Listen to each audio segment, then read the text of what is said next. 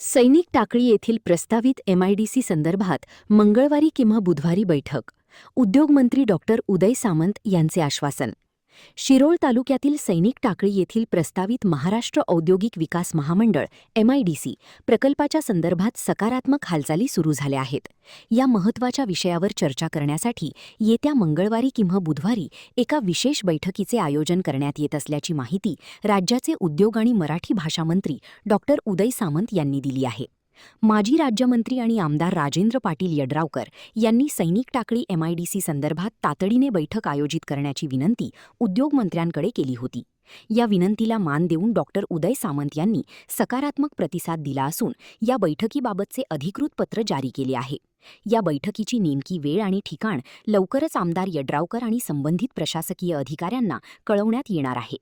सैनिक टाकळी येथील औद्योगिक क्षेत्राच्या उभारणीसाठी आणि स्थानिक पातळीवरील विविध घटकांशी चर्चा करण्यासाठी ही बैठक अत्यंत महत्त्वाची मानली जात आहे. उद्योगमंत्र्यांनी या पत्राची प्रत आंदोलक अंकुश शिरोळ यांनाही पाठवली आहे. त्यामुळे या प्रस्तावित एमआयडीसी प्रकल्पाबाबत स्थानिक आंदोलक आणि प्रशासन यांच्यात असणारे प्रश्न सोडवण्याच्या दृष्टीने या बैठकीत महत्त्वपूर्ण निर्णय होण्याची शक्यता आहे. मात्र जोपर्यंत ठोस निर्णय होत नाही तोपर्यंत जयसिंगपूर येथील विक्रमसिंह मैदानावर ठिय्या आंदोलन सुरू ठेवण्याचा निर्णय सैनिक टाकळी ग्रामस्थांनी घेतला आहे. महान कार्य न्यूजसाठी इजाज खान पठाण, जयसिंगपूर.